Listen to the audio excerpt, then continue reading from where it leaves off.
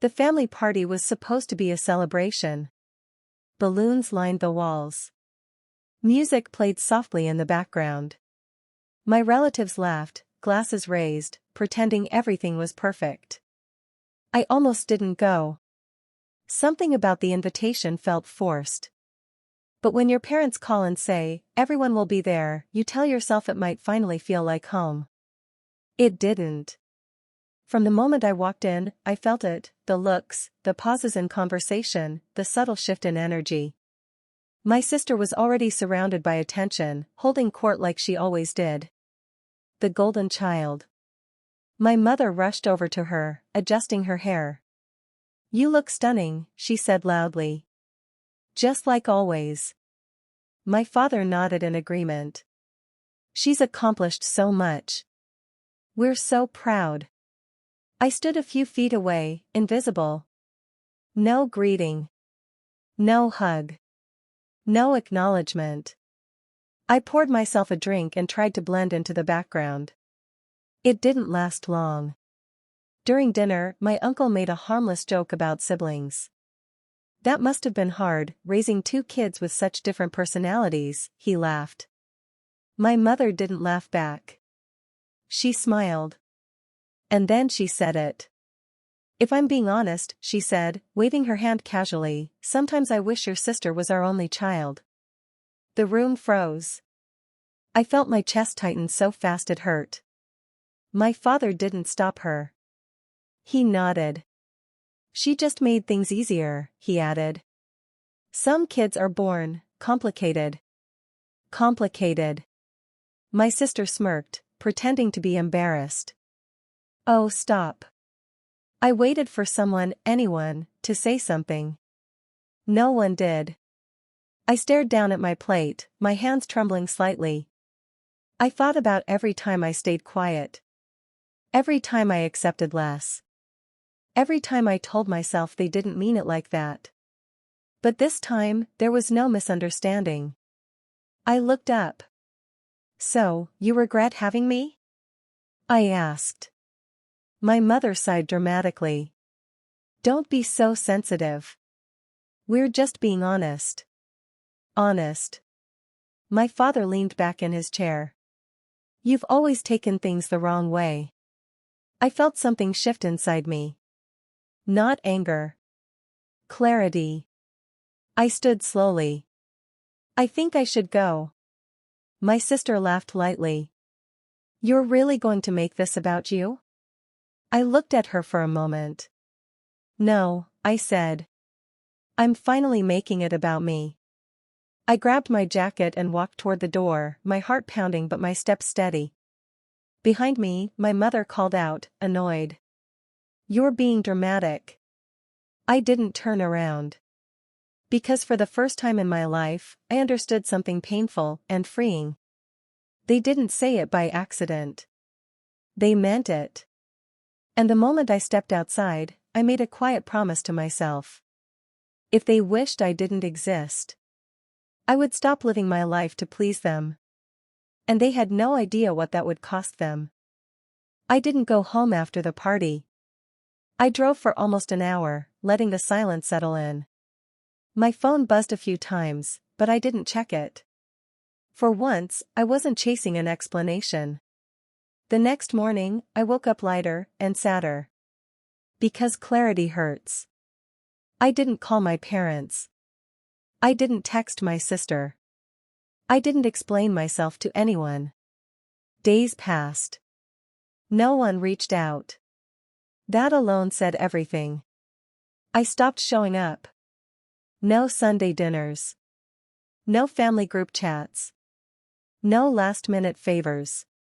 At first, it felt wrong, like I was breaking some unspoken rule. But then something unexpected happened. I slept better. I focused on work. Took on projects I had been too distracted to accept before. I stopped apologizing for taking space. A week later, my sister finally texted.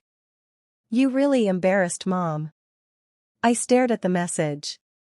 Not "Are you okay?" Not "That was hurtful." Just blame. I replied. She embarrassed me first. No response. Another week passed. Then my mother called. I let it ring.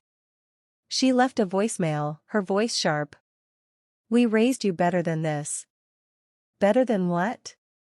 Protecting myself? My father followed with a message. You're tearing this family apart. I listened, calmly. They weren't upset because I was hurt. They were upset because I stopped absorbing it quietly. Then something changed. My sister needed help. She was planning a move, overwhelmed, stressed.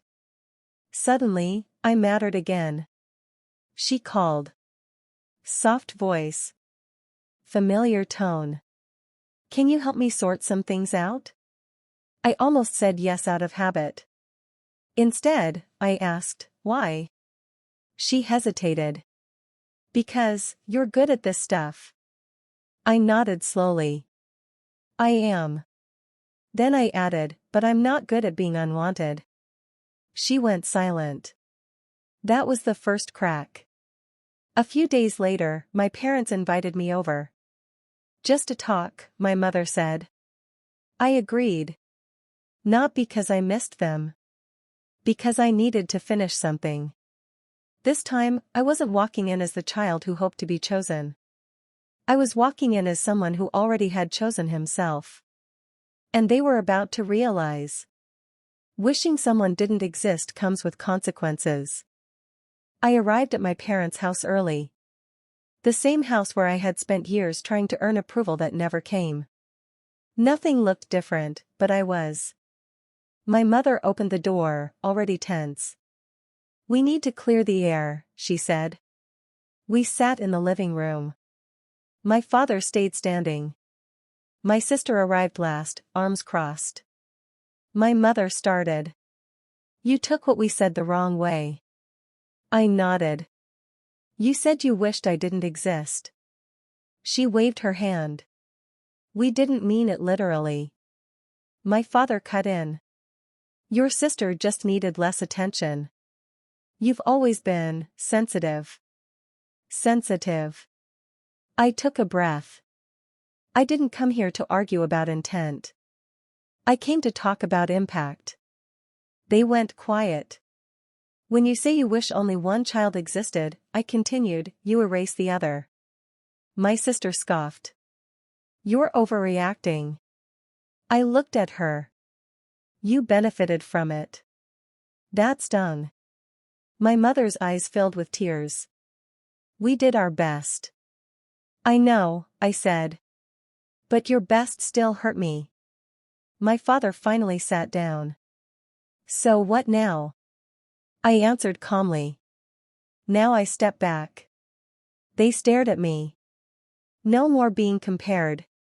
No more jokes. No more showing up just to be reminded I'm second place. My sister shook her head. You'll regret this. I smiled sadly. I already regret staying quiet for so long. My mother whispered, you're breaking our family. I met her gaze. You broke me first. Silence filled the room. I stood. I love you. But I love myself more. At the door, I paused. If you ever want a relationship, I said, it starts with respect, not regret. I walked out. Outside, the air felt clean. They wished my sister was their only child. They got their wish. Because the child who stayed silent to keep the peace was gone. And the person who walked away that day finally belonged to himself. If you were in my place, what would you have done?